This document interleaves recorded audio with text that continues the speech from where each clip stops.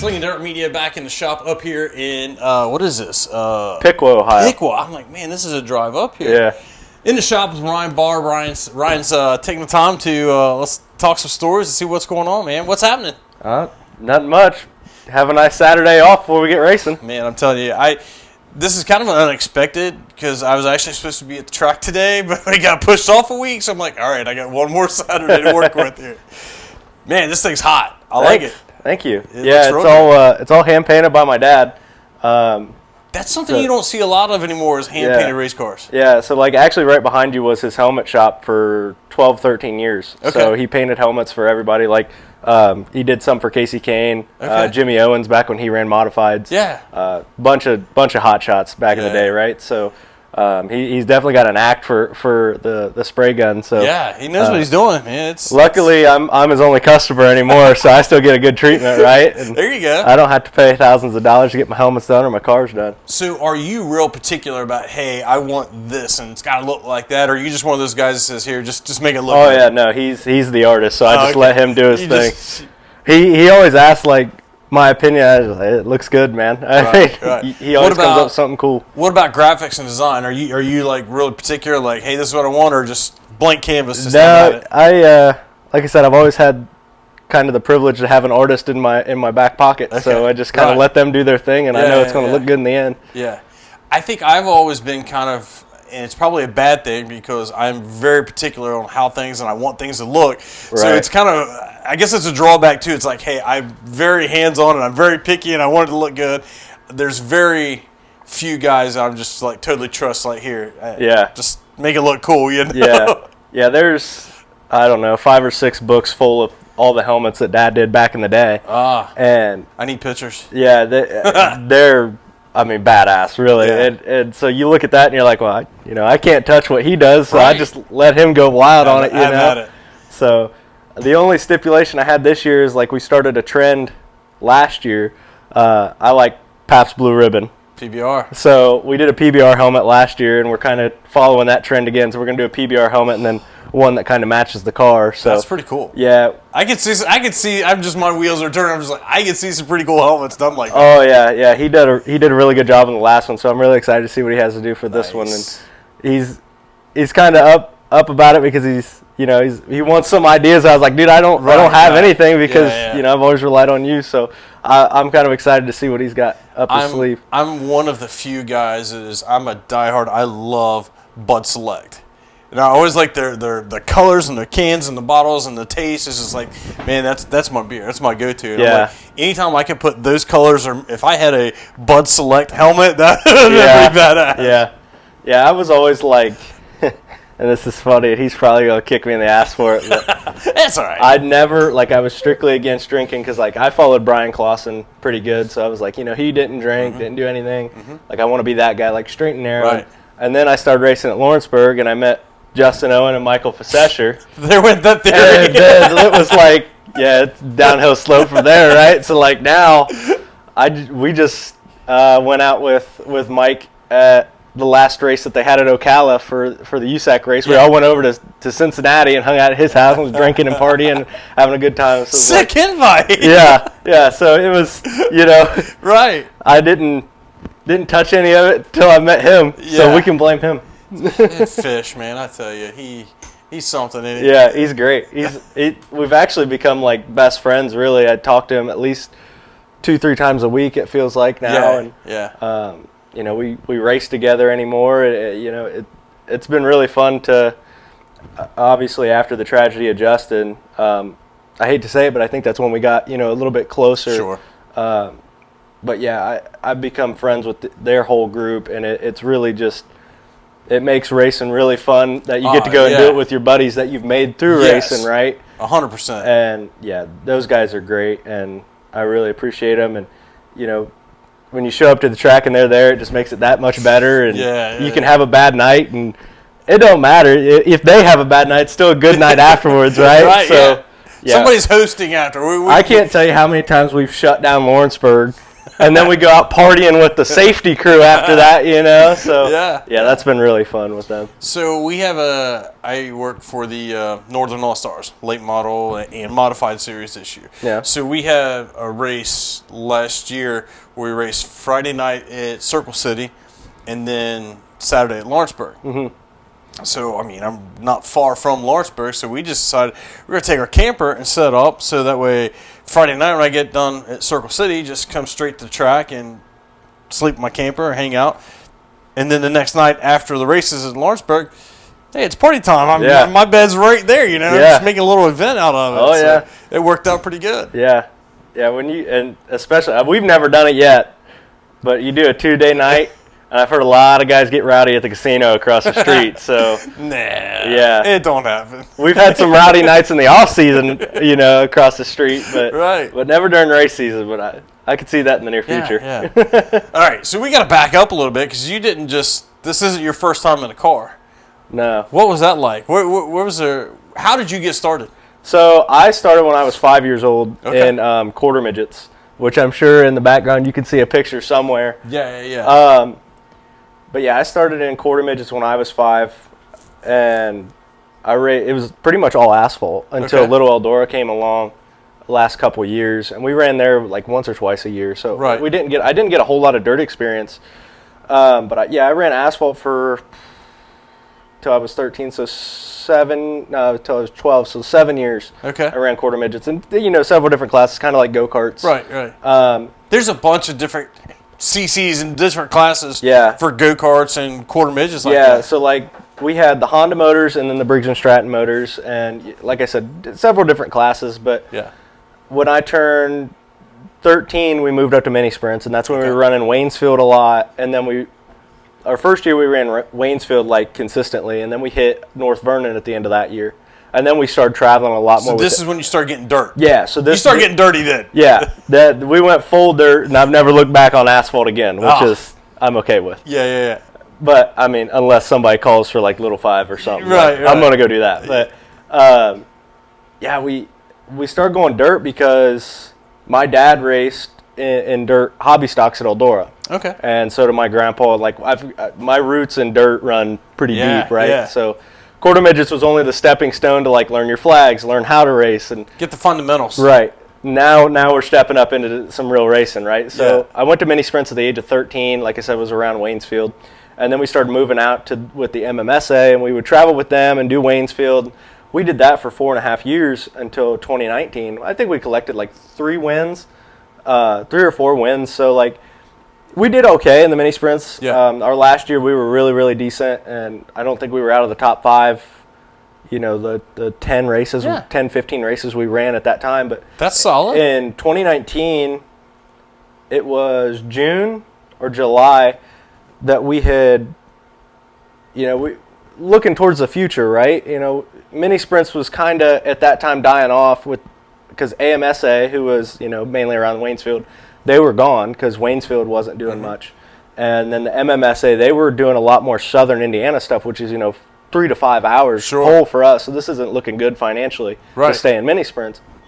So, they started looking. I had no idea. I don't really have any money vested in this operation right now. And so they're looking at what, to do next in the future. What's going to make sense. Right. Sure. So I know, 305s was kind of like not really a step down or step up, but just kind of a step sideways because the speed wasn't there, but like you get the fundamentals of a sprint car. Right.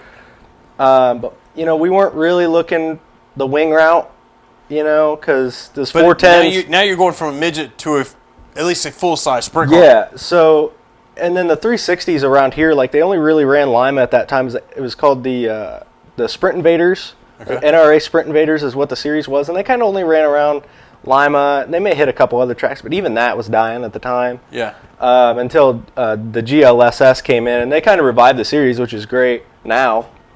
But obviously, like, looking at that, we're like, we'll be kind of in the same situation. We go 305 or 360s, and we can't really just jump right into a 410 wing sprint car. Sure. Because that's a little bit more expensive. They got bigger motors that, there's a lot more. Yeah. So my dream and my dad's dream was always non-wing sprint cars. We love non-wing sprint cars. USAC was always the dream, right? So It wasn't like a modified or a late model. It was, we're going sprint cars. Yeah, and that's funny because there was never a question. Yeah, I was always raised open wheel, but everybody in my family ran fender cars. Huh. So like my whole family was. Yeah, dad was the hobby stock. Dad was hobby stock. My grandpa was hobby stock. My uncle was a hobby stock. They always hobby stocks at Eldora. Yeah. And then even my mom's dad, who Dad actually drove stock cars for, he had a modified and a late model at one time that ran Eldora. So it's like, it's all fender cars. Sure. So how did we get here, right? Yeah. There's always the black sheep. But my dad's dad loved Indy 500. So that was all open wheel. And then he worked on Bob Stocker's sprint car at Lawrenceburg and loves sprint cars, just the tradition and the history that comes along with open wheel. Right. And then my dad did sprint cars all the way, right? Yeah.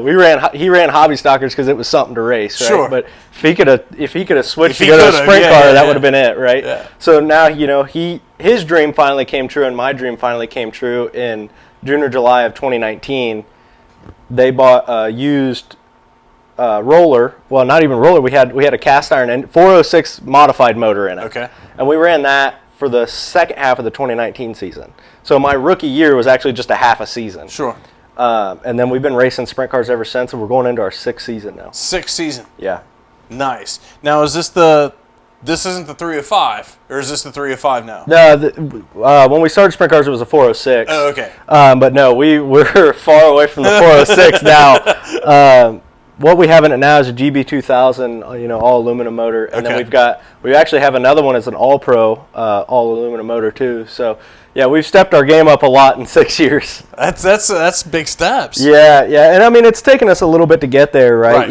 We can't, obviously just go in, and we're still way behind in like the USAC teams and stuff. I think everybody's got to make those gradual steps. To get where either they're going or where they're at. Right. Yeah, and I'm very, very lucky to have the two parents that I have. They've given up everything possible so our whole family can do this. You know, this is, a lot of people go on vacations and do things with them. This is it. This is our vacation. This is what we do as a family. Right. So I've talked to a lot of people, and the people, the fans. When I say the people, I guess the fans don't realize how many teams that do those type of sacrifices. Like, hey, we don't do other stuff. This is what we do together. This is like our vacation. This is like our Christmas. This is this is what we do. And that's the truth. Like, I would say my dad is one of my best friends because in the summer we're out here. Sure. Like 2 to 3 hours every single night. So I get home from work and I drop some stuff off at my house and then come over here and we're in the garage until 7, 8 at night. Yeah. And it's like I just get to hang out with my best friend forever. You know. Every night we're hanging out. Yeah. So and then on the weekend you spend the whole day together. So I'm lucky enough that I'm like really, really close with my parents, and racing really just brings everybody together and it's awesome. So where you're at now, what would be your next step? Or is this, hey, we're good with this for a while? Yeah, like I'm pretty, this is kind of where I always wanted to be, right? Okay. I've known personally, like I always feel like I'm a decent driver, but I'm not USAC caliber, I'm just an average dude. All of my heroes were local guys, like Scotty Weir and Luke Hall, Dallas Hewitt. Yeah. We talked about him a little bit earlier, and it's like, those guys are guys I looked up to because I went to Waynesfield and watched non-wing sprint cars there. Yeah, I only went to Lawrenceburg at that time to watch the USAC guys. And those guys are cool and everything, but I watched these weekend warriors. Yeah, I watched those guys week in and week out. So, those are my guys. Yeah. And I always thought it was cool. You hear the traditional, like in the 80s, the Indiana guys that they'd go out maybe win a USAC race or two. Right. But they were running 3 nights a week at a local track and hopping in and out of rides. And, I think that's kind of my dream is I would hope to be good enough one day that, we still have our team, but be able to rely on other teams. I can go, instead of racing 25 shows with my team, I can race, 50 shows in a year between, our team and maybe another team or two. Right. Maybe hop in a midget or crown car, or even maybe go to a wing every now and then. Wing isn't really where I want to be full time, but I'd definitely try it. Sure. Why not? I'm not going to put down a wing ride. Yeah. But I'm really comfortable where I'm at. I take it for granted a lot of times when you're in the moment, but this has always been my dream, and I get to live it every weekend, right? So, I try not to take it for granted, but I do sometimes. It just happens. And, we get complacent. Yeah. So, when you take a step back and look at what you're really getting to do, like 13-year-old me who was stepping into a mini sprint the first time and like looking like, man, I'd love to get there one day. Like I'm here and I'm getting to do it, And how old are you now? 23. 23. Okay. Yeah. So like 10 years ago, I never thought I'd even be here. Right. So it's really cool. And like to answer the question again, it's like this. I'm good here. Good here. How many times have you got to race with a wing? Much? No, I've never. In the mini sprint, it was all wing. Okay. We ran like a handful of non-wing shows. Yeah. Very different to the sprint cars, obviously, but no, I've never been in the seat of a wing sprint car. Okay. I'm like, that's got to be.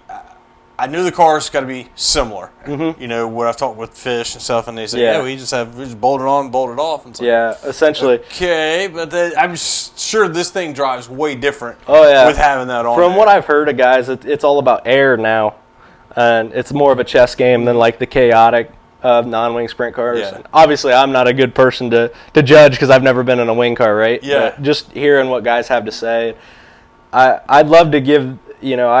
I feel like I can be more of a finesse driver if I have to. Right. And kind of the chaos of this and my driving style kind of clash sometimes. So I feel like I could be a really, really good wing driver if I got the opportunity. Right. But even me and Fish have talked about hopping in his car one weekend, like when the non-wing stuff's off, and maybe running a wing race with his stuff. But he's got Sean in the car now, and I mean Sean just blows us all out of the water. So it's hard to compete Good luck with him. with that. Yeah, Sean, he's a really good race car driver. So, but yeah, I mean the wing stuff would be cool.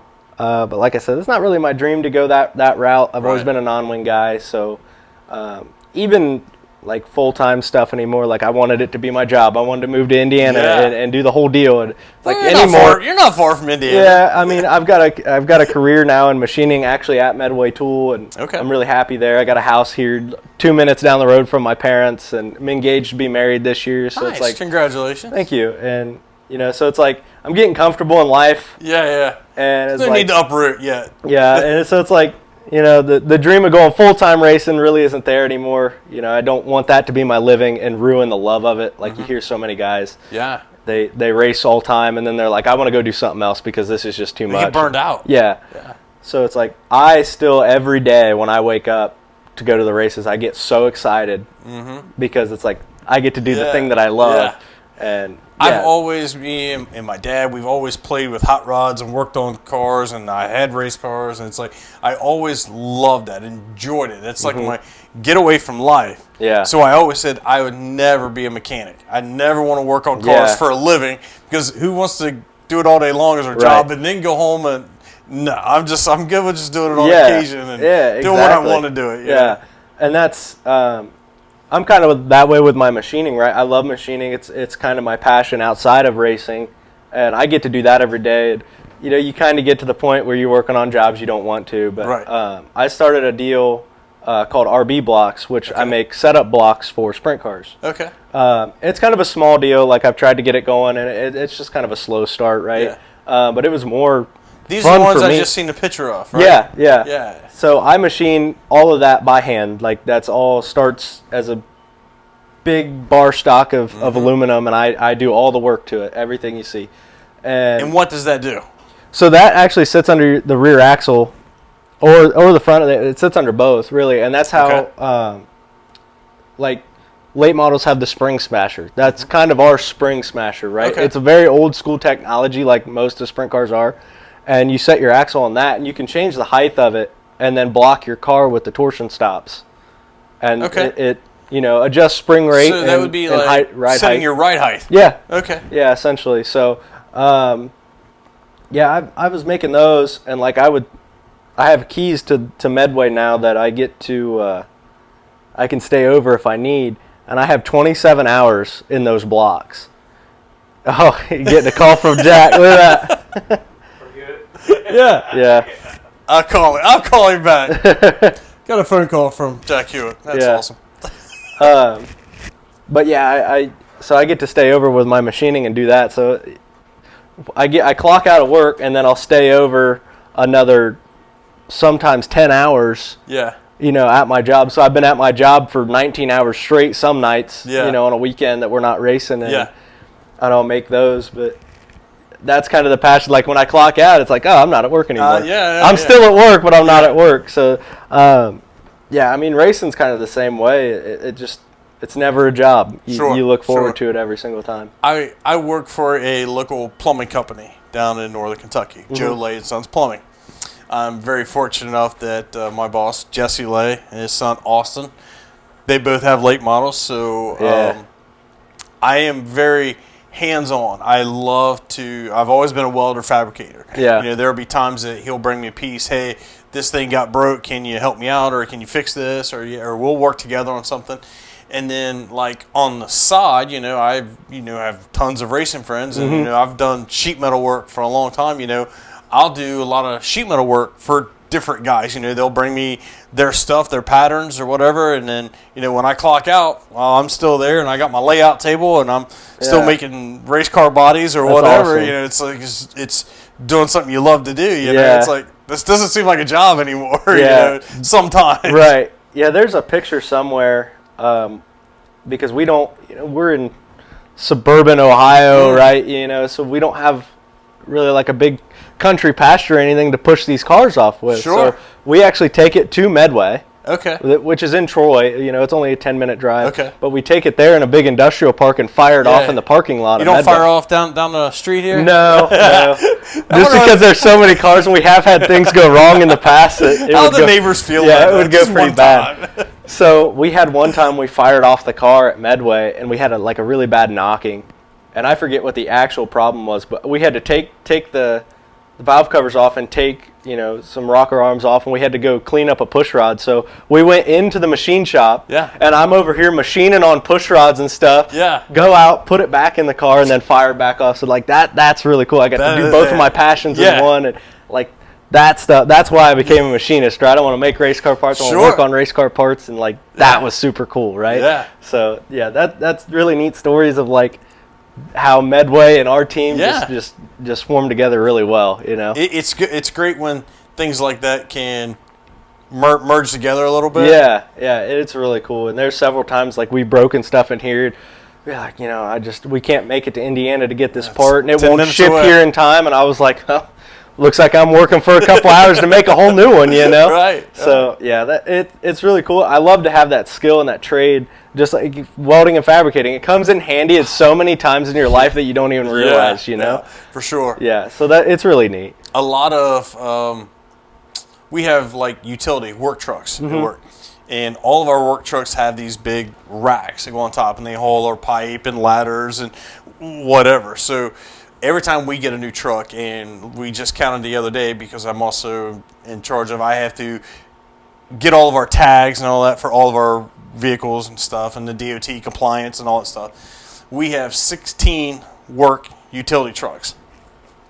So I also build the big racks that go on these trucks in-house. I've got a nice little fab shop where I can do all this stuff, and I just finished one up. So like I said, we've got 16 trucks with the big long racks from front to rear. They can haul all their pipe, everything, and it's I've been welding since I was a teenager, and it's man, this is just something I enjoy to do, and now it's part of my job, and I get paid to do it. And that's awesome. It is. I've done it at different areas, different levels. I used to be a union iron worker also. Oh, really? So there are times I was up high on a building and welding and stuff, and it's like, that's sometimes can get sketchy. Yeah, no kidding. But it's all just part of that fun factor. Yeah, that's super cool, man. Yeah. You mentioned Waynesfield. Yeah. How far away is that? It's 35, 45 minutes. Okay. We go straight up 75, and then it's about 7 miles out of Wapak. So it's one of our closest tracks, actually, besides Eldora. Eldora is the closest track to us. Okay. But how far away are you from Eldora? About 30 minutes. 30 minutes, okay. Yeah, not bad. So we don't ever miss a race there. Obviously, my roots run pretty deep at that track. I say, actually, Hewitt, they're the family, right, of Eldora. And I always tell people I feel like we're second because I've had, somebody in my family that's been on that track since, I don't know, 70s and 80s even. And it's just, my mom grew up there, her dad owned cars that ran there, and then my dad, my grandpa, my uncle raced stock cars there. So Eldora is like your home track. Essentially, yeah. I don't like to say that because I don't run very good there. It's unfortunately not my style. You know, I always ran better at other places than I did my home track, too. I mean, I did okay, but other tracks I went to, I was so much better than my home track. But that was my home track. Yeah, and Eldora is one that it's crazy to have as your home track because people... You know, they may only get there once in their lifetime, and it's like, it's just Eldora, you know. It's just Eldora, yeah. And do you still get that feeling every time when you go in the gates, like, I'm home? Yeah. And, you know, I remember as a little kid, I always went to the front, right? Yeah. And you go into the grandstands, and you get to watch, and I remember watching Dad and how I felt as a kid, you know, just playing around. I didn't really care, you know, to watch the races, but it was my dad. And I was more worried about the caramel corn and my toy cars and going up and looking at T-shirts and stuff. Yeah. I wasn't really worried about it then. Yeah. And now, one of the coolest things is 4 Crown last year. It was Friday night. I went up to watch, and I go to the front gate, and here sits. Her name's blanking on me, but she's been taking tickets there since I was little. Okay. And she goes, "Oh my gosh, I can't believe how old you look now, and like how much you've grown." Now we were standing there talking. I felt bad because I was holding up the line, you know, but it was something to see. Just, you know, when I was 1 year old to 23, and I told her I was like, I'm going to be racing here tomorrow. Yeah. For, you know, like my 6th or 7th time at Eldora, and it's just crazy to think about, you know, where I started at Eldora. Right. You know, I was at Eldora, I think 2 weeks after I was born, even. It was crazy. And, you know, it's crazy to see, like, where we're at now. Like you said, when I walk in the gates there, it's just, you're home. You're home. You can feel the prestige and the tradition and just the legendary atmosphere that place has on you. Yeah. You can feel it as soon as you walk in the gates. I have not missed a World 100 since I was 16. Really? Yeah. When me and my buddy Josh got our driver's license, and then I think the first year we had a driver's license, we were like, hey, we're going to skip school on Friday to go to Eldora. Yeah. So we did. Then the next year it was like, hey, if we cut out half day on Thursday, we're there Thursday and Friday. Yeah. It just kind of became a thing. Yeah. That's awesome. Yeah. That is actually the one race I've never been to at Eldora. I've never been to the World's 100. I've never been to the Dream. And I've obviously lived so close to Eldora, and it's like, but I was always kind of a sprint car guy. I never really got into late models until the past year or two. It totally makes sense. And, you know, now I watch late models whenever, you know, sprint cars aren't on. And, you know, now I'm like, man, I'd like to go up there. I party a little bit harder than I ever thought I would now, and I like late models, so I was like, that might be a cool atmosphere. They still race pretty good. Oh, yeah. I mean, I've watched it on TV, right? You know, on Flow when they have it. I love watching it. It's just I've never been. So the Dream, I mentioned the Dream. I went to my very first Dream was the first million. Okay. I never went to any of the Dreams before that, and just by chance, one of my buddies, somebody couldn't go and said, hey, so-and-so's tickets available if you want to go, just pay him back. I'm like, sure. So that was how I went to the first one. And then I didn't go again until like maybe 2 years ago. Really? And it was because I was working. Yeah. So I was working for a UMP dirt car, so I was helping tech. I wasn't really even there to watch. I mean, not that I didn't want to watch, but it's like, that's just not one of the races that's on my to-go-to list every year. Right. It's not the Dream. The World, that's my vacation. Yeah. I revolve vacations around that's like the Knoxville Nationals of wing sprint car racing, right? Is World's 100, which is funny to me, obviously not in the late model world. It's like, that's not the best paying race for late models. It's not. The Dream pays way that is like, if you win the Worlds, that's the thing, man. Like, you did it. You did it, right? You did it. So that, I always think that's pretty cool. Like, it seems backwards, but it does. Yeah. You know, it just shows, like, in racing how much tradition matters. You know, just like the Indy 500, Daytona 500 may not be the best paying race, but if you win those, you were the man for a whole year. So the Florence Speedway, Florence, my home track. I have never missed a North-South 100.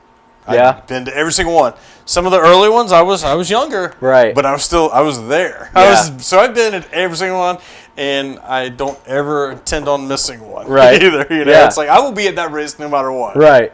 Yeah, that's kind of how I am now with Four Crown. Like we have to hit Four Crown. I love Four Crown. Sure. I don't run. Is that your favorite event? I would. Yeah, one of them. Okay. Definitely. I think Justin Owen, his memorial race now is kind of taking the cake on that, just because, he was my buddy and I got to race with him, and obviously I'm really, really close with his friends and family now, and I think if I were to win that one, I could retire. It'd be a meltdown. Yeah, it'd be quite the party. Yeah. So I think that one's like my number one, right? I won't ever miss that one as long as they have it. But Four Crown is like, to me, I see that as like, it's like the USAC Nationals, like the non-wing. If you can run non-wing midget Silver Crown, you're somebody in the non-wing world. And so like, Four Crown is usually like my prestigious one that I like to go to. So with Eldora, would you consider that, is that your favorite track? No, actually, I hate racing Eldora. Yeah, I hate to say that, but I it's because I always run the bottom most of the time, and I'll try to get up top, but it spooks me. It does. It does. And when you're on kind of a low budget team, if you smack the wall and tear it up, you're done for a couple weeks, right? So, and when we go there, we've only raced there once with Boss. But usually it's always a USAC show, so you kind of know where you're going to be. If you make it into the A main, that's a win. Sure. And that was one of 2 USAC race features that I've ever made. Okay. That was my first ever one I ever made, was at Eldora for Let's Race 2. So that was a celebration in its own. But like, if you can make a feature event there, that's big. You're doing something. Yeah. And so, Eldora is just like, it's so big, and we're down on horsepower compared to like those USAC guys. So it's like you kind of get your doors blown off, and it's like, it's cool to be here. Yeah. I love everything about it except driving it, because it's like driving this thing as a boat, and it's like these things are supposed to be chaotic and wild. You're supposed to back them into the turn and wheelie up, and like Eldora, you come in and you're just driving a bass boat, man. It's just like me and Cody Mahoney, we were talking about how much a half a second can be the difference between you're having a lot of fun at Eldora or this just sucks. Yeah. So it's like I've qualified on the wall like once or twice, and it's like, man, this is cool. Right. But I know as soon as I mess up just that much, I'll bounce it off and I'm rolling it right back into the pits upside down, because it's like so. But I'd say my favorite track is probably Lawrenceburg. Obviously, I run there majority of the time, but it's got the speed, and you feel like you could run against the wall like that, and it'll always hold you unless you go in a little bit too hard, which we've done. But it's so fast, and you can be so technical but yet still make mistakes and still be somewhat okay. And I love learning at that track, because then you go to like a quarter mile that's so much slower that it kind of slows you down, and you can kind of pick what you're doing, But so is that bigger track? Is that more your style than the little? I'd love to tell you I have a style, but I don't. It comes and goes, really. Like it's just dependent on the weekend. Like we've had good nights at Gas City. Depends on when you're running good. Yeah, we've had good nights at Gas City, and we've had good nights at Lawrenceburg, and like Millstream. I was dreading kind of running the 3/8 mile because it's big and it's flat, and I was like, this is gonna probably turn into a slick, just right around the inside wall. And then that whole thing happened with the watering and everything, and we actually ended up running the quarter mile, which was in the infield of it. Okay. And we ran from 11th to 4th that night, and it became great. I ran the bottom and ran the top, and it was like, and then when you go to Waynesfield, which is another quarter mile, and we may run, I may drive it from 2nd to 13th, and it. So I don't really have a style of track I'm necessarily good at. It's just depends on the night. Yeah, let luck take the wheel. You know what I mean? Yeah. Where is I-69? I've heard of this. Yeah, recently. Gas City. Is like right off of I-69 in Gas City, Indiana. So it's just east. West? Yeah. West. Yeah, but it's like you get to the Gas City Upland exit, Okay. Off of I-69, and you turn left, you'll go down 2 miles, and it's right on your there. right. Okay. Big non-down tube sprint car sign sitting there, and it's right off that road. Yeah. Yeah, I've heard of it, and then just here recently it just came up, and I was like, where the heck is that? You know? Yeah. Gas City was awesome, and unfortunately we didn't get to race there at all this year because it didn't open, and doesn't sound like there's any plans for it in the future. Okay. I know there's a petition going around to keep it open, keep it a racetrack. I have seen that. Yeah, so hopefully, something comes of it because that place was so awesome. Yeah. Especially when Jerry Gappens had it. He kind of brought it back to the way it was in the early 2000s, late 90s. When, USAC guys like Tony Elliott and Dave Darlin, when they weren't running USAC, they were at Gas City on Friday night. Yeah, yeah. So you could walk in, and it's a full USAC show, and it's just a local show. Right. That was the place that guys went. I'm sure kind of like Florence, where, if late model guys aren't out, they just go run Florence because it's a big late model track, right? So that's the way Gas City was, and it kind of started getting that way a couple years ago again. Yeah. Like, you'd show up, and Robert Ballew's there, Kevin Thomas Jr.'s there, Justin Grant's there. Like, those guys are there. They're just there to race. They're just there to race. It's whatever. And even on a local show, like, you can get racy with those guys. And Gas City was really, really cool for that. And it was really cool to watch sprint cars there. And really fun to race there. Unfortunately, like I said, we didn't get to race there because of promotion issues and stuff. So, but yeah, Gas City gets rowdy. That's one of the big ones. If you talk in non-wing sprint car world, that and Kokomo are two very, very deeply rooted traditional tracks. Outside of sprint cars, is there a desire, or is there anything else that you would, man, I'd like to try one of those, even if it's just a one-time gig? Oh, everything. Everything. If it's got wheels, I just want to fix it. Yeah. I mean, we've even I've talked about even wanting to run a Hornet, really? I'd run the shit out of a Hornet. I'd probably suck because I can't drive my front wheel drive car that I have out parked on the street right now, but I think that'd be cool to run one of them. Yeah. Obviously, like a late model, that would be so cool. Yeah. I'd love to drive a late model. Yeah. Those things look mean. I love watching them on TV. I love watching them in real life. Those things look so cool. I would love to do that. Yeah. The only one, and it's funny that I don't think I would want to, would be a modified, because they look so rowdy. Like, just all hiked up like that. And, But, I mean, obviously I wouldn't put it down if somebody came up to me and asked, hey, we need you to drive a modified. Yeah, like, I would do it. Yeah. I'm not going to promise you we're going to finish very well, right? Right. But, yeah, there's not really anything that I would put down. Obviously, I'd love to get into a midget, not a wing sprint car, Silver Crown. Like, that's my kind of area. But even, like, the asphalt stuff, like, if somebody was like, hey, man, I want you to run a pavement sprint car this weekend, I'd be like, yeah, I'll do it. It's not my forte, but I got a helmet. I'll race it. Yeah, so, yeah, I'm one of those guys that I'd love to run anything, try it at least once and say I did it, I think I'm probably the exact same way. I think I would probably turn down drag racing. It's just something that just doesn't appeal to me. Yeah, I'm not a straight line guy. I'm not a straight line guy. I mean, I'm not saying I haven't been, and I've watched, and if somebody said, hey, let's go, I might be like reluctant, but I would probably go. It's just not my thing. Yeah, my grandpa, he owned a polishing shop that was right next door to Pat Dakin's Top Fuel dragster shop. Okay. So I got to see all that. Yeah.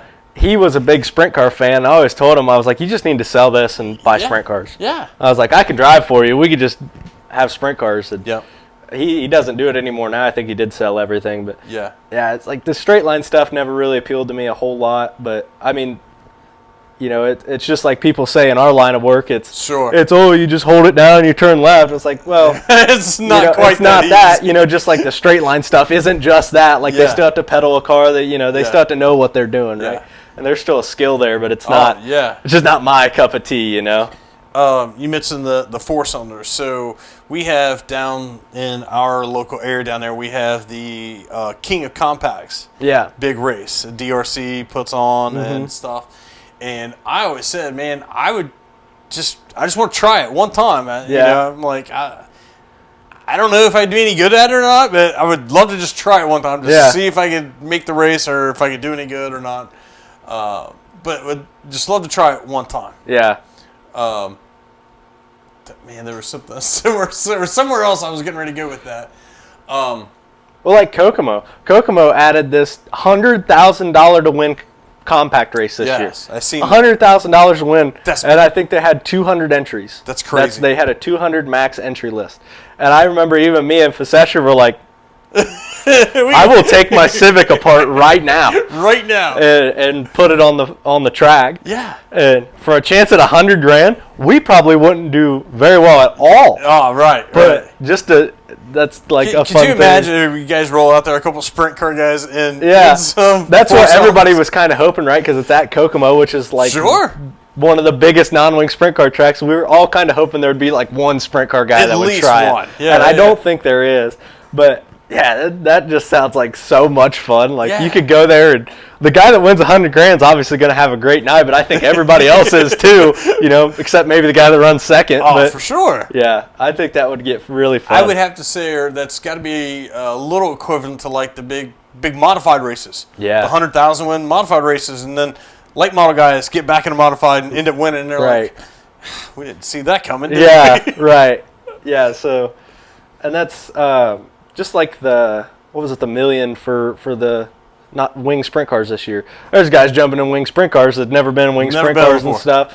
And it's like, one of the World of Outlaw guys or the high limit guys are going to win that. Right. No doubt. Right. Nobody's going to jump in a wing sprint car and be able to run around Eldora and first time in it win. Like, you just don't hear about that anymore. So, but it's just the fun of like I got to run that race. Yeah. So. Yeah, it's pretty cool. I wish they would do that for the non-wing though. I wish we could some big money. I wish we could get a six-figure race. Yeah, for sure. That would be fun. But let's talk a little bit about Ryan outside the race car. You told me you're a machinist. Mm-hmm. So what is this guy like? This is about it. I'm just kind of an average guy, really. Like Do you have a favorite sport outside of racing? I do, actually. Big football, baseball fan? I'm a big hockey fan. Hockey, okay. Yeah, so I follow, and everybody's going to call me a bandwagon for this like they already do, but I'm a big Las Vegas Golden Knights fan. Okay. That's the hockey team, right? Yeah. So Never heard of it. Yeah, and that's, so like hockey kind of starts right as race season ends. Okay. And regular season ends right as, race season starts. So I'm like, I get to watch hockey while you get to watch their whole season because you're kind of downtime. I kind of follow them a little bit, but I started watching hockey in 2017, which was their first year as a franchise. So I was like, it's their first year, it's my first year, I'll just root for them. And makes sense. Won Stanley Cup last year, don't want to brag or nothing. That's pretty cool. So I do watch hockey every now and then, but okay. And like I said, got engaged.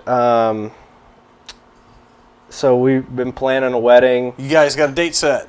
Yeah, this October. October 25th. Outside of racing. Yep. I told her, I said we can't do it during race season. Yeah. And she's good with that, right? Oh, yeah. Okay. She's big. She's really big into Halloween, so it's pretty close to Halloween, but not on Halloween. Yeah. So there may be a little bit of Halloween theme. It's just going to be a fall theme. Yeah. Okay.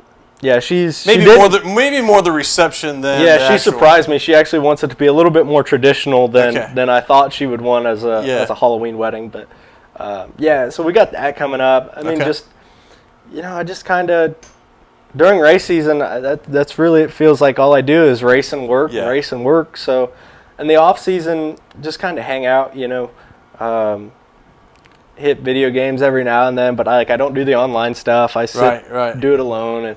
I'm not good enough to do it on no. Well, I don't want to look bad either. It's funny. I talked about going and hanging out with Facesha, and they like the iRacing, and I've never tried it. So I tried it, and man, it almost made me feel bad for what's coming up in this season because I couldn't even make a lap in a midget non-wing car or wing car. I wrecked every time. So I sat in a simulator a few weeks ago. A guy that did an episode with, he had one. He's like, oh man, you got to try it. And I'm like, okay. I'm like, this is going to be horrible.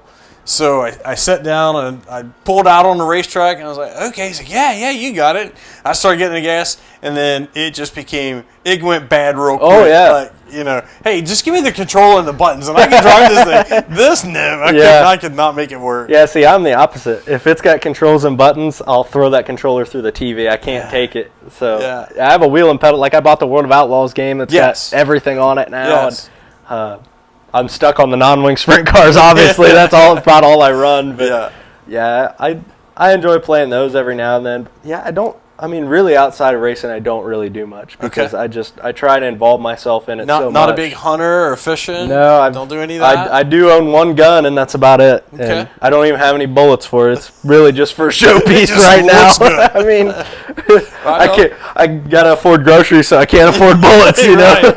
Right. Maybe you get some bullets and you can go hunt for food. Yeah. No, we're out of this. I always tell everybody, I was like, I don't have anything in my house. We're stealing, so I don't have to shoot nobody for nothing, right? What's your favorite music? It's funny. I never saw myself. Are you a big music guy? Yeah, I never saw myself in this genre of music, but ever since I met my fiance, we've been together for 6 years now. You're a Swiftie. No, big opposite. She's into like all the metalcore stuff. Oh, okay. So like, it's not all screaming and barking. Yeah. But it does have some of it in it, right? And so she's a concert photographer, so she's, well immersed in that area. And so I've got really big into that music, and it's like that's all I listen to now is the pop punk to the metalcore stuff. And that's really all I listen to. And I may switch it up every now and then. Like she makes fun of me. I love cooking, so I'll cook all the dinners for the house, and especially when I'm making like a pasta dish or something, I'll turn on like Dean Martin and Frank Sinatra, and she's like, who are you? Yeah. And I was like, this, I really enjoy this music too. And, anything and it's, I don't have a certain style. I mean, like I said, I listen to that more often than not, but I'll listen to anything to that, to Tyler Childers or, pop country now. Anything. Is the real country anymore? I think it's all pop country. Yeah. I mean, that's, but I like Tyler Childers does like the Appalachian type of country and, Coulter Wall. He's very old Western style kind of country, and I like those guys. But I don't. I guess I'm one of those guys that really will listen to anything. Like one of my good friends that I work with, he's a welder, and you may be back there, and we're the same way. He may be listening to some techno stuff, and then you walk back there, and he's listening to 1820s pioneer music, and then it's just you never know what you're gonna get. And it's like welders, man, they are not right. But too many smoke fumes or something. So like I'll listen to everything he listens to, so it's just I don't really have like a set one, but I do listen to metalcore and all that more so than anything. You said you do all the cooking. Would you say you really enjoy the cooking? Oh yeah, What's your favorite dish to cook? Oh, I love to cook. My wife has told me, she's like, you enjoy food way too much. Yeah, like, it's fun. I like it. I do. My dad made fun of me last night actually because we went out bowling. It was my mom's birthday yesterday. She turned 50, so we went out for her birthday, and we went bowling. And on one of the TVs was Guy Fieri's Diners, Drive-In, and Dives. Yeah. And I was like, man, I love his Guy's Grocery Game show. It's like my favorite TV show because I love to cook it. He was making fun of me for it, and I was like, I just like to cook. But I think my favorite dish that I like to cook would be my spaghetti carbonara. Just because I feel like it's so different as a pasta sauce because there's no cream, there's no anything. Like it's all egg and butter that makes a creamy sauce. So I really like that. I love the taste of it. So I'd say that's my favorite one to cook, but really anything Italian. Like I love Italian food. Yeah. I love the culture of Italian. Mm-hmm. I had an uncle who married into my family. He was actually a great uncle who was Italian. Okay. So for Christmas every year, my grandmother has a big party, and he would always bring his homemade Italian sauce. And oh my God. Yeah. Dude. Now you're talking. It was unreal. I mean, if you love pasta, that is it right there, dude. And I love to cook, and I love Italian food, but probably if I had to say if there's anything that I like more than Italian food, it might be Cajun food. Oh yeah, I love some good Cajun food. Cajun food is jambalaya really good. And all the po' boy subs. Yeah. See, I have. Do you ever watch Stale Cracker? No. No, you never watched Joe Cracker? He's big Louisiana Cajun guy. I have his cookbook. I've got all of his seasonings and stuff. I love his stuff, man. Yeah. That stuff's really good. But yeah, I'm a big Italian guy, which is probably why I put on like 60 pounds since high school. Yeah. Because I love pasta and bread. That tends to happen. Trying to lose a few myself. Yeah. It's not going too good. Yeah. I've gotten down. I lost about 7 or 8 pounds. I can't get below that. So now I've got this fluctuation, like 3 or 4 pounds. I'm like, God, I just can't break it. Can't get down. Yeah, if I could go another 10, that'd be great. Yeah, my fiance, she's getting into going to the gym about every day now, and she's trying to get me to go. So I went for 2 days, and I pushed myself too hard. I get sore, and like I start to hurt. And I was like, I need to learn to pace myself, but that's hard to do. It's been 2 weeks since I've been to the gym, and I've probably killed a case of PBR in between that. So there's that. I'd love to say I'm trying to diet, but my diet isn't looking real good. Okay. Yeah, I like I said, I love pasta and PBRs way too much. Same. All right, last question I got. Going back to racing, I know a lot of guys, late models, modifieds. These guys, they will name their race cars. Does your race car have a name? Yep. Every single one of our race cars is named after a PBR bull. A professional PBR bull? Okay. Yeah. So when we first started and I was in quarter midgets, our chassis was called a bull rider. It was a bull rider chassis. Yeah. So the only one that wasn't was our very first car, and we named it Frank after the bull in the movie Cars. Okay. Because obviously as a kid, Cars was my favorite movie. Yeah. So ever since then, we've just kind of kept that trend. So this car here is this one's Dirty B. Dirty B. Yeah. The car in the back room is McNasty. We've had Blue Duck,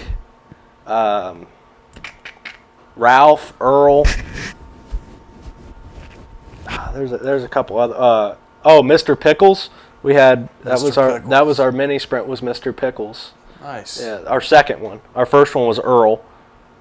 And then we had Frank, we had Frankie, we had Godzilla, that was a quarter midget. Yeah, we've had all sorts of names. And then we actually have named our engines too. I don't think if we really? We've changed engines and the car have different names. We've changed these ones so much I don't even think they have names anymore. But we had like our mini sprint motors, we had one that was named Frankenstein. Yeah. Because it was a mix of 3 different Yamahas that have been put together, and I know a few guys that's had some Frankensteins and modifieds or legend car that's been cut up and put together like 6 different cars. So it's a Frankenstein. Yeah. We had one that was Jason Voorhees because it just wouldn't die. We'd burn it up and then we'd get it back out and fix it, and it just wouldn't die. And I was leading at Waynesfield one night, and I had a pretty good lead, and I go into 3 to take the white flag, and it just dies. And I just take it, pull into the infield, didn't even call a caution, just pulled in the infield. I knew what had happened. I look and you see the big oil mess under it, and we'd always had problems with that Jason Voorhees motor. I'm looking at the oil underneath. I was like, I'm really upset I didn't win, but kind of glad that motor's gone. Finally killed the motor. Because it leaked oil all the time, and it was just such a pain in the ass. Yeah. And finally, it had just died right there, and I was like, you know what? I don't even think I'm that upset about losing this race. I think I had an old Harley like that once. It just it leaked all the time. It ran good. Never would. Man, I mean, I kind of hated to see that thing go. It was a beautiful bike, but it was just an old Harley. That's what they did. Yeah. But yeah, we every one of our race cars is named after a PBR bull. PBR bull. And we've always just kept it. Hopefully we don't have to name another one in a long time. Hopefully we get to keep these 2 around for a while. Very good. Very good. Before we wrap things up, is there anything else we need to discuss or we need to mention or anything that we haven't discussed? I feel like we've kind of jumped around a lot. Yeah. I mean, we really ain't got nothing new for the next season, right? We do have a new crew guy coming on with us. Okay. Will, he's a student at UNOH. Nice. He's wanting to do this full time. So we're just kind of, I mean, we can't pay him, but right. He's coming in. He's going to learn a little bit. Yeah. So we got that coming up new. Schedule. What's your schedule look like this year? We're bouncing all around, man. Okay. Unfortunately, everybody kind of saw what the Lawrenceburg schedule looked like, so that kind of put a damper in it for us. Yeah, there's that. So I think we still got a couple that we're doing there. Mount Pillier, Millstream's got quite a few this year. Eldora, I think, has got 5 for us. So Waynesfield's coming out with a schedule here like really soon. So see where that's at. Do you have a schedule posted or anything like that? Not yet. We do have one wrote up. Okay. It'll be posted, I believe, either tonight or tomorrow, actually. Perfect. I need you to send that to me. Yeah, so we'll, yeah, like I said, we got it all wrote up. We just haven't printed out, like, sheets and stuff. So, yeah, but we're really all over, right? Good. So, good. Yeah, we like the travel of it, but yeah, travel's fun. Yeah, it sucks that Lawrenceburg's not really a local thing anymore this year, so. Hey, you never know. Things could change. Yeah, I'm hoping. Maybe not this year, but, That's what I'm hoping for, so, but we do get out and try some new tracks, try some different tracks that we don't normally get to go to, right, so it's going to be a different year, but I'm really looking forward to it. But no, I just got to say thanks to all my sponsors, Medway Tool Corp, Stifels Home and Auto, CDS. I got to shout out Matt Flippo and the Fisher family. They always come on board with us.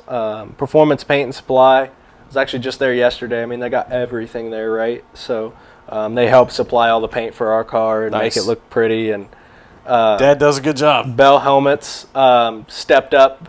I lost my Simpson contract this year because my representative left, so I had to switch all of my gear. This is the first time I've been on a Simpson contract since I was 5 years old, so I had to step away. But Bell really stepped up and helped me out this year. So I got 2 brand new Bell helmets that we're getting ready to paint actually today. Looking forward, we're getting a custom suit done from K1. They're giving me a really good deal, so I got to shout out K1 and Joy Mayhab, Realty with Coldwell Heritage Bankers. She actually helped me find my house, and she's a good family friend of ours. She's on the front. And O'Reilly Machine Tool out of Russia, Ohio. ComConnect come on, but it sounds like that might be changing hands, but I'm still going to give them a shout out. Scott and Tammy Dilworth, they've really stepped up and helped us out the past couple years, so I really appreciate them. And we're looking to have some new names on for right now. Hopefully JG Roofing is still coming on for us, so yeah, we're excited to have some new names on the car. Unfortunately, we lost some this year, which kind of is going to hurt us, but hopefully we keep working and some more people step up, right? So I'm really excited. It's always good to have new names also. Yeah. Change things up a little bit too. I mean, you always want those back, and I deal with that still with my advertising. It's like I love having my repeats and stuff, and some come and some go, but it's, hey, there's just another opportunity for something else to open up. Yeah, so I'm looking forward to having some new names on the car, kind of a changing of guards of what it always changes the look of the car, right? So it's going to change it up a little bit, which will be cool. And yeah, I mean, it should be fun. I'm really excited to get different people involved in the sport. Yeah. They may not like it, but at least gives them an opportunity. It opens a new door for them as well. Yeah. And, it opens up new eyes to their business and product. Yeah.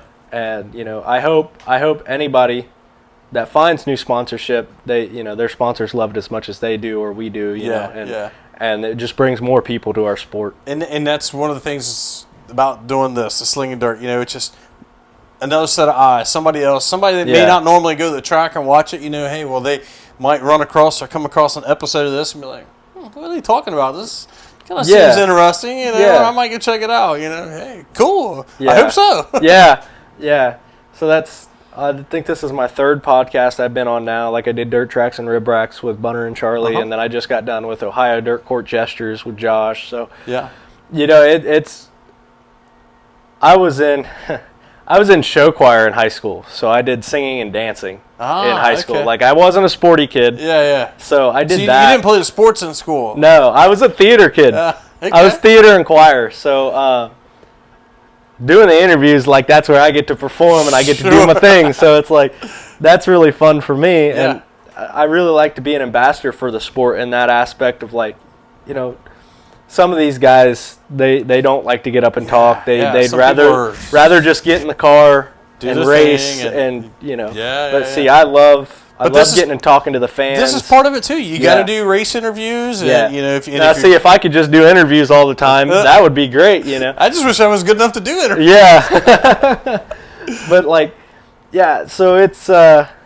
I love the performing aspect of all of this too. So getting the fans involved and I love the fans, the kids. Yeah. So at Lawrenceburg, when we were at a local show, I'd go up with some autograph cards into the stands and sign, take pictures, and nobody gets to do that, and that's what separates our sport so much from anything else. Is you can't go down after a football game unless you spend thousands of dollars to talk to these players. Yeah. But at any racetrack, after the races are done, you can come down and share a beer and take pictures. And some of these guys go to the stands. You don't even have to go down to them. Yeah, and any time after the races, anybody comes down and the kids want to sit in the car, you get to sit in the car, you get to feel it, get your picture taken. I've got a great picture of my girls when they were younger in the stands at Lawrenceburg with Brian Clausen. Really? Yeah. That's all. That's money. Yeah. That's money. I was a proud dad at that moment. Yeah, that's super cool, right? Yeah. So I love that. That's what sets our sport so much apart from everything else, right? Is drivers and crews can get so involved in the fan aspect. Yeah. There's way more opportunity for the fans. Yeah, I love it. So I always encourage. We're usually one of the last ones to leave a racetrack. Yeah. If you want to meet me or my crew. Come on down and hang out. Yes, absolutely. Say when hey. those races are over, please. It's I love meeting everybody. I love hearing stories. Yep. I love hearing your best part of the night, everything. Do you have merch? Do you have T-shirts and hats or anything? I think we are looking at possibly getting T-shirts this year. It's not finalized yet, but if it works into the budget, we can, Very good. But as of social media and stuff, you can go follow us on Ryan Barr Racing on Facebook, Twitter, and Instagram. We're on all there. Our Facebook is our more popular one. Mm-hmm. It's actually run by both of my parents. Okay. My mom takes care of all the Facebook stuff. So there's updates throughout the entire race day, and then the off season there's some fun little things on there. So we try to make it a neat little social media page. Once we get this all edited and posted and all that stuff, we'll make sure it gets sent over and they can share it on there too. Yeah, perfect. That'd be great. Cool. All right, Ryan, we're going to wrap things up.